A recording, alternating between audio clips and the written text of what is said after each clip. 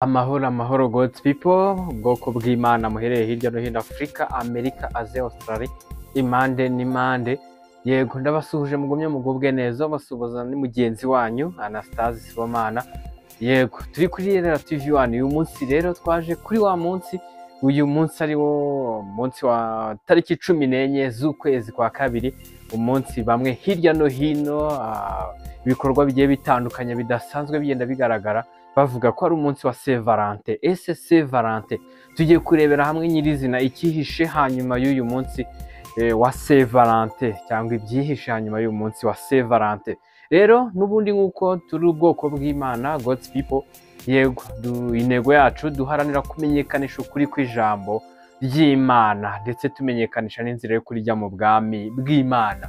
Rero ubwoko bw'Imana buri gihe buri hano kuri buri gikorwa doza umutima ku byo wacu mu ijuru. Nihuza gusanga nubundi ni uyu munsi wa Saint Valentin turaza kurebaho, tukareba icyo tugomba gukora no kubahiriza, icyo tugomba kureka. Mbese ibyo byose turaza kubyemezwa n'iki Imana yavuze, n'iki Imana yatumenyesheje, kandi by'ukuri ukuri kutanyuzwa ku ruhande cyangwa tudatindaho. Rero tudatinze reka turebe buryo ki birakwiye yuko usobanukirwa ibyihishe inyuma y'uyu munsi wa Saint Valentin, cyangwa nyuma y'ibikorwa bikorwa kuri uyu munsi wa Saint Valentin. Niho tugiye kurebera hamwe ibinyamakuru bigiye bitandukanye, abanyamakuru batandukanye batubwira ku bigendanye na Saint Valentin nyirizina, umunsi witwa ko ari umunsi w'abakundanye.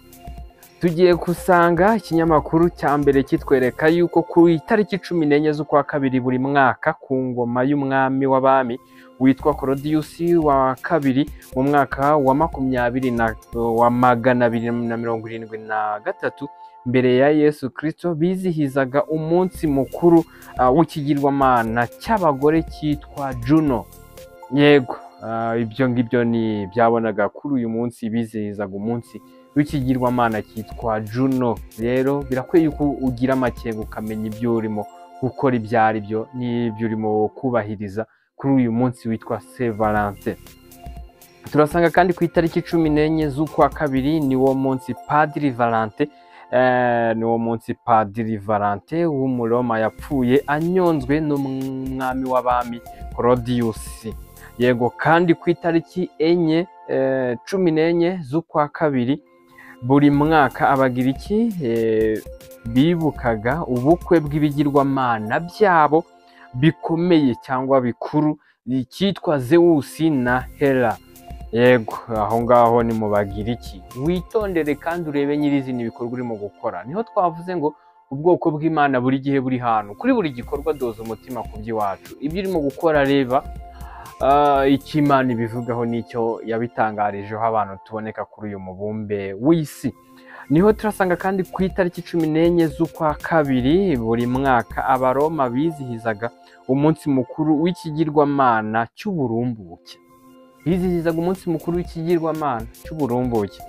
Turaza dusanga kandi ku ya 14 z'ukwa kabiri buri mwaka mu Bwongereza ngo bemeraga ko ari wo munsi w'urukundo gusa, kuko ngo babyemejwe n'uko inyoni z'ingabo n'iz'ingore ari wo munsi zahuragaho. Mve ibintu bikorwa kuri uyu munsi wa kangahe, itariki 14 z'ukwezi kwa kabiri ari wo munsi mwita umunsi w'abakundanye. Mu by'ukuri birakwiye kugenzura ukamenya ibyo urimo ibyo ari byo n'ibyo urimo gukora, ureba n'iki ijambo ry'Imana ribivugaho kugira ngo mbashe kubahiriza igikwiriye nyirizina. Niho turasanga kandi Padiri Valentin w'i Roma yapfuye kuri iyi tariki yo ku wa 14 z'ukwa kabiri, ngo yagizwe umurinzi w'abakundana. Ahangaha harazamo ikibazo, ese nimba abaye umurinzi w'abakundana kandi yarapfuye, ni gute umuntu wapfuye arinda abazima cyangwa arinda abakiriho bagifite ubuzima? Ubundi ibyo bintu bikorwa mu buhe buryo? Ni harazamo ikinyoma, ariho twabonye mu biganiro byatambutse byerekana yuko nyirizina umuntu wapfuye nta kintu aba abasha gukorana n'icyo abasha gukorerwa. Ku wa 14 z'ukwezi kwa kabiri buri mwaka hari n'amatsinda y'abahamyaga ko bakora iby'Imana ishaka bizihizaga umutagatifu Valante. Turibaza tuti bakagira bati nyirizina mutagatifu Valante udusabire. Mwibaza ni umuntu wapfuye asengera abantu bazima gute? Umuntu wapfuye asengera abazima. Ahangaha harimo ikibazo n'ubuyobe no kugoreka ibyanditswe mu gitabo cya Bibiliya. Umuntu wapfuye nta kintu kibasha kuba yakora, ariko niwe urimo ngo gusengera abazima. Iki ni ikinyoma, nta kuri kw'ijambo guhari. Ugira ikibazo ujye muri komenti utwandikire, hariho gufashanya kandi hariho no kuba washyira inyunganizi mu gihe ubonye ibindi bisobanuro byimbitse kuri uyu munsi wa Saint Valentin. Wowe uri mushyashya kuri murongo wa Irera TV1, wakora subscribe kugira ngo buri kiganiro cyose dushyizeho kitagucika, dore ko twiga Bibiliya buri munsi. Ibi byose tubirimo kugira ngo twige Bibiliya icyo bivugaho, turi icyo tugomba kubahiriza. Mu Baromani tariki ya 14 Gashyantare wabaga ari umunsi bizihizagaho Lupercale, aho baturaga ibitambo Lupercule, imana y'uburumbuke. Byaje kumenyekana ibukuru Valante arafungwa ku munsi wo kunyongwa kwe ariwo tariki ya 14 z'ukwezi kwa kabiri. Uko niko Valante yagizwe umurinzi w'abakundana biturutse ku ibaruwa yanditse irimo urukundo ndetse no gufungwa akananyongwa azira guharanira uburenganzira bw'abakundana. Uko uyu munsi wa Saint Valante wizihizwaga cyangwa wizihizwa ahantu hagiye hatandukanye, impande n'impande. Turimo kugenda tubona ibinyamakuru bitandukanye bibivugaho. Mu kinyejana cya 14 nibwo mu Bwongereza uwo munsi wafashwe nk'umunsi w'urukundo koko, kuko bemeraga ko inyoni z'ingabo n'iz'ingore zihura kuri uwo munsi. Bari bazi ko uwo munsi nyirizina ari wo munsi zigomba guhuriraho izo nyoni. Ku munsi wa Saint Valentin bamwe bo mu matsinda bahamyaga ko bakora iby'Imana ishaka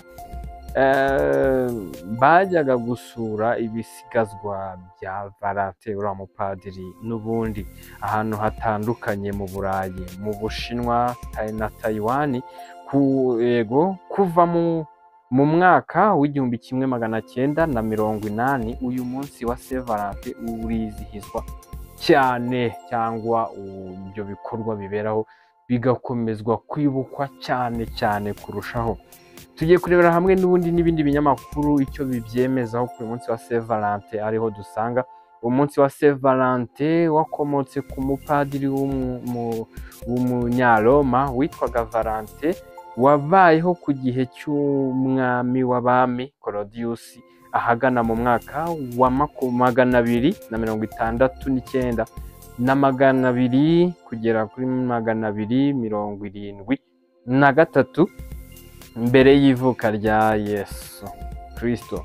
Muri icyo gihe tariki ya 14 Gashyantare habaga umunsi mukuru wo kwizihiza umunsi w'umwamikazi Juno wafatwaga nk'ikigirwamana cy'abagore. Aya mateka twatangarijwe n'imbuga zigiye zitandukanye, harimo urubuga rwa wikipedia.org, britannica.com, nationaldaycalendar.com n'izindi zigiye zitandukanye. Niho n'izina twari turimo tuvuga ngo ugiye gusobanukirwa ibyihishe hanyuma y'uyu munsi wa Saint Valentin, cyangwa bamwe bita umunsi w'abakundanye. Muri aya mateka tubonyeyo byinshi cyane byimbitse bigiye bitandukanye, ariko turibaza ese ni gute hariho kugoreka ijambo ry'Imana mu buryo bumeze gutya? Nkurikije icyo aya mateka arimo kugaragaza n'icyo arimo kuvuga, turaza gusanga nk'ubwoko bw'Imana tutagomba kubahiriza iby'uyu munsi wa Saint Valentin bita ngo ni umunsi w'abakundanye. Biraza kugaragaramo ibinyoma byinshi cyane byo kuvuguruza ijambo ry'Imana. Niho turaza gusanga uriya Valante bavuga ngo ni umurinzi w'abakundanye. Ni gute umuntu wapfuye araza kuba umurinzi w'abazima? Aha ngaho mujye mubyibazaho, urebe icyo ijambo rivuga n'icyo ukwiriye kubahiriza n'icyo ugomba gukora.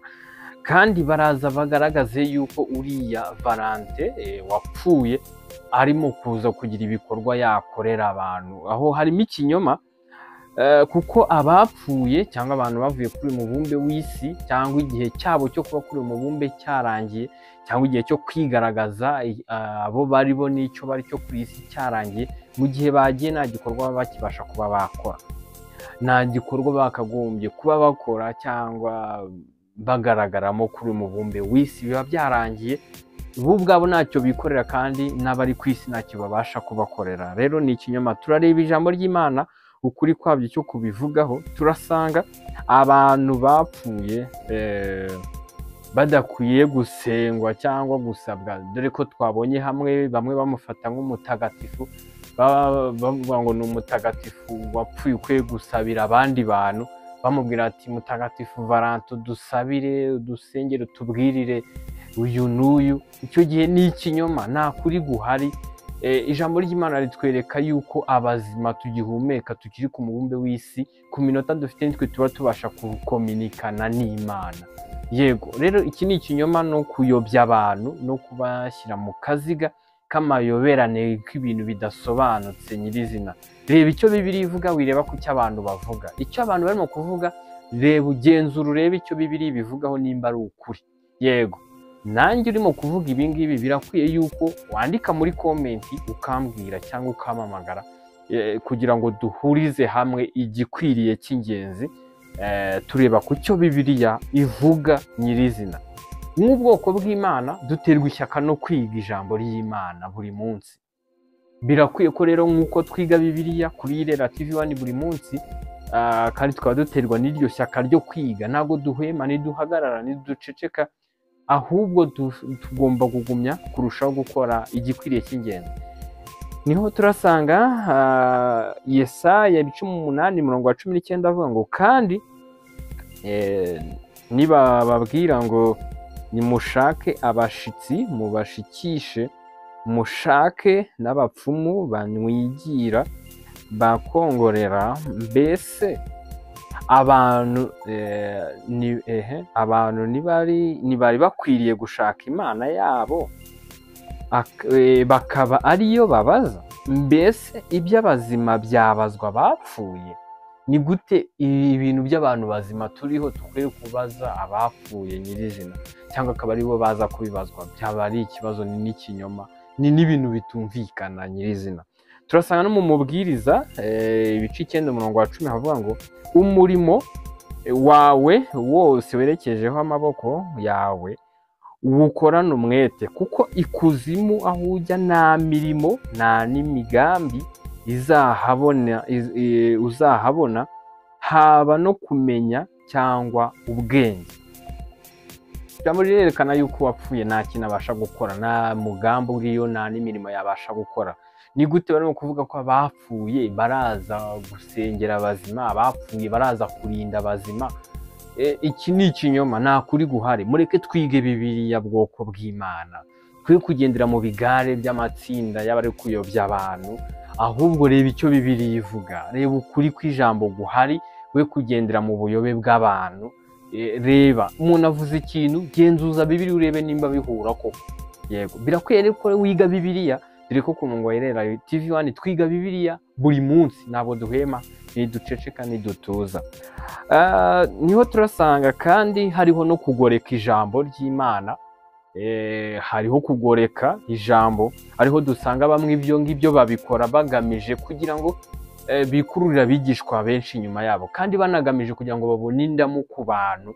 Niho dusanga ijambo ry'Imana rirabivugaho mu Byakozwe n'Intumwa ibice 20:30 niho havuga ngo, kandi irari ryabo rizabatera gushaka indamu kuri mwe, bababwiye amagambo y'amahimbano. Niho havuze ngo Ibyakozwe n'Intumwa ibice 20:30 havuga ngo, kandi muri mwe ubwanyu hazaduka abantu bavugira ibigoramye, yego bagoreke, kugira ngo bakururire abigishwa inyuma yabo. Baragoretse kugira ngo babone imbaga nyamwinshi inyuma yabo. Ndetse mu rwandiko rwa kabiri rwa Petero ibice 2:3 havuga ngo, kandi irari ryabo rizabatera gushaka indamu kuri mwe, bababwiye amagambo y'amahimbano, ariko iteka baciriweho uhereye kera ntirizatinda, no kurimbuka kwabo ntiguhunikira. ngira ngo aba bantu barimo kugoreka ijambo, barimo babeshya abantu ngo barimo kugendera muri Saint Valentin, ngo barimo kwiyambaza mutagatifu Valentin, ngo abasabire, ngo araza kurinda bakundanye. Iki ni ikinyoma. Aba barimo kubikora bagamije kugira ngo bikururire abantu inyuma yabo, barimo kugoreka ijambo, kandi baravuga amagambo y'amahimbano ataboneka mu byanditswe muri Bibiliya, banasobanura Bibiliya uko itari, kugira ngo babone indamu ku bantu, indamu mbi. Ariko Bibiliya yerura yuko abo ngabo bamaze kurimbuka, bamaze gucirwaho iteka nyirizina. Tudatinze aha ngaha, ngira ngo twavuze yuko mu ncamake yuko tugiye kurebera hamwe icyihisha nyuma y'umunsi wa Saint Valentin. Turimo kuhabona yuko nta kuri kw'ijambo guhari. Tweruye nk'ubwoko bw'Imana, ntabwo ibi ngibi ugomba kubyubahiriza no kubigenderamo nyirizina, kuko birimo ubuyobe bwinshi cyane. Harimo abizihiza ibigirwamana byabo byo kurumbuka, harimo cya kigirwamana cy'abagore cyitwa Juno. Biriya byose birimo ubuyobe no kugira ngo bayobereze abantu mu bintu by'ibihimbano, baha agaciro cyane bakabishoramo n'amafaranga menshi mu bantu, ariko nyirizina ari ukugira ngo bayobye abantu. Rero bwoko bw'Imana, God's people, bamaso, twiga Bibiliya buri munsi kuri Irera TV1 mu materaniro hirya no hino. Reba icyo umuntu avuze, urebe n'icyo Bibiliya ibivugaho, kugira ngo wubahirize icyo Imana yavuze, aho kugira ngo ugendere mu kinyoma cy'abantu. Rero nk'ubwoko bw'Imana, buri gihe, buri hantu, kuri buri gikorwa doza umutima ku by'iwacu mu ijuru. N'iki gikorwa rero cya Saint Valentin tukirebaho tugasanga ni ikinyoma, nta kuri kubirimo kw'abakundana nyirizina. Urukundo rw'Imana si uko ruvugwa, si urwo ngurwo. Yego, genzura, ube maso, ubwoko bw'Imana, ube maso, kandi ugira icyo abigubwiraho umusobanuze. Uri mu kuyubahiriza no kuyubahiriza, umusobanuze icyo Bibiliya bivugaho, nubona ibyo ashingiraho, urebe ko nimba atarimo kuganisha mu buyobe, mu kinyoma. Yego, ndabashimiye God's people. Tubonye ukuri kubigaragara n'amateka icyo bigaragazaho muri Bibiliya. Birakwiye yuko rero tugenzura. Ndabashimiye. Amahoro y'Imana n'ubuntu bw'Imana bibane namwe. Yego, mubimenyeshwe no kumenya Imana na Yesu Kristo. Niduhwema kwiga Bibiliya kuri Irera TV1, dukore subscribe kandi duhorane umunsi ku munsi. Ndabashimiye, murakoze cyane.